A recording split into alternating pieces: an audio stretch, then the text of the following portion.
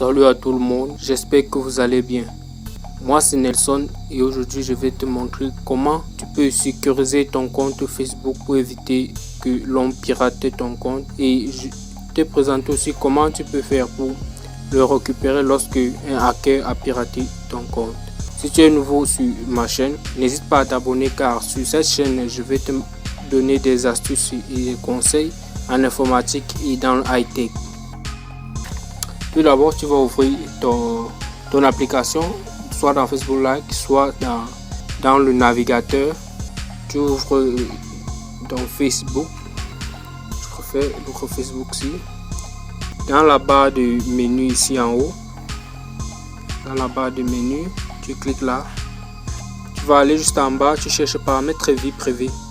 Ce sont les mêmes menus, même si vous êtes dans votre navigateur ou que vous soyez dans Facebook Live.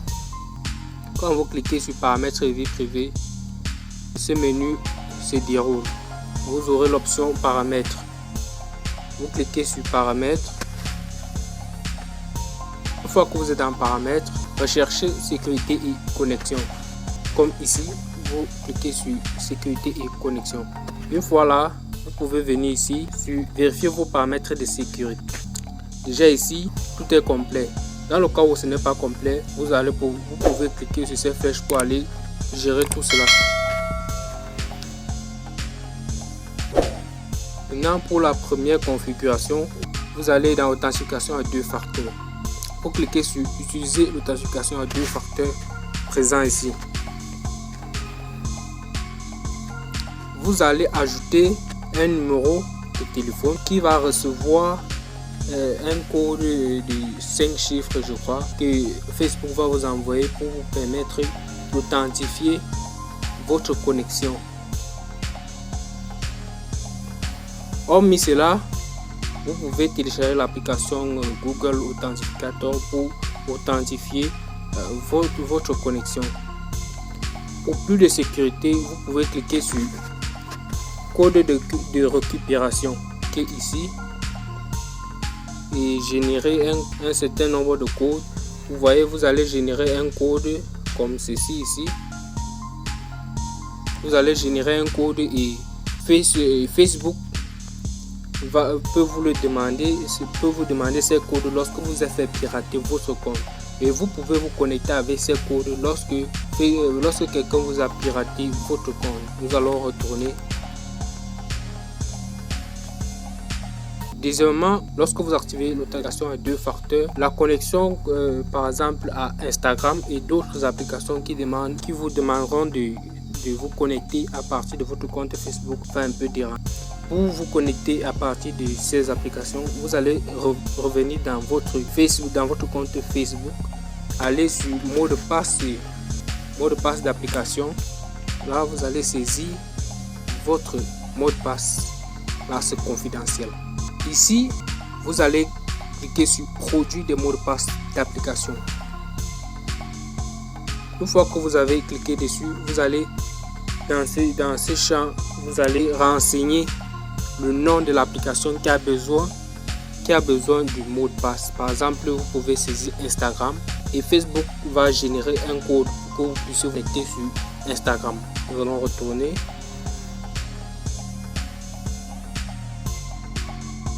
Vous voyez ici, connexion autorisée. Si vous avez déjà eu à utiliser plusieurs appareils, ou que vous venez de perdre votre appareil et vous vous êtes reconnecté, ou bien vous venez de vous en procurer un nouveau téléphone ou un appareil qui vous permet de vous connecter sur Facebook, vous pouvez venir sur connexion autorisée. Sur connexion autorisée, vous allez choisir votre téléphone que vous n'avez plus et retirer de cette liste. Ainsi, ce téléphone ne pourra plus en aucun cas se connecter dans votre ancien téléphone. Renforcement de la sécurité, c'est très important. Lorsque quelqu'un essaiera de se connecter, Facebook va vous avertir. Même si la personne est déjà connectée, Facebook vous enverra un message pour vous avertir que quelqu'un s'est connecté. Du coup, quand vous allez cliquer sur alerte de connexion, vous cochez tout ceci, vous renseignez l'adresse email que Facebook peut envoyer des alertes par là, vous renseigner aussi, vous pouvez ajouter autant d'adresses email que vous voulez.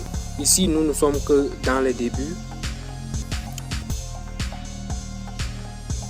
Maintenant, la partie qui va vous permettre de récupérer votre compte, même si quelqu'un vous l'a déjà piraté. Et cette partie-ci, vous allez choisir entre 3 et 5 amis à contacter si vous ne pouvez plus accéder à votre compte. Ces amis, ça doit être des amis confiants, des amis que vous pouvez contacter à travers un coup de fil téléphonique et qui sont aussi très confiants. Vous allez cliquer là. Pour cette partie, je vous conseille dans votre navigateur, parce que dans le navigateur, vous allez pouvoir faire ceci. Alors, pour renseigner les 3 à 5 personnes que vous pouvez contacter, toujours dans vos paramètres, vous allez cliquer sur paramètres vie privée et allez toujours dans sécurité et connexion. Là, c'est là.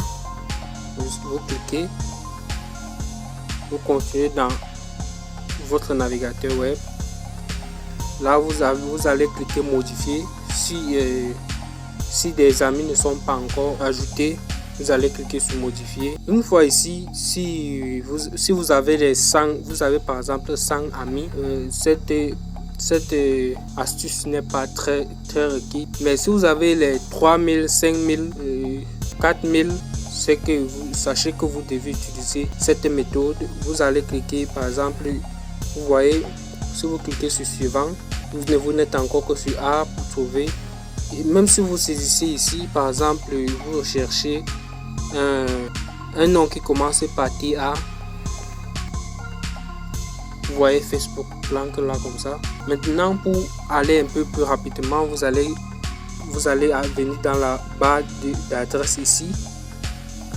Vous modifiez ici où c'est 20, vous voyez la 20, vous allez remplacer le 20.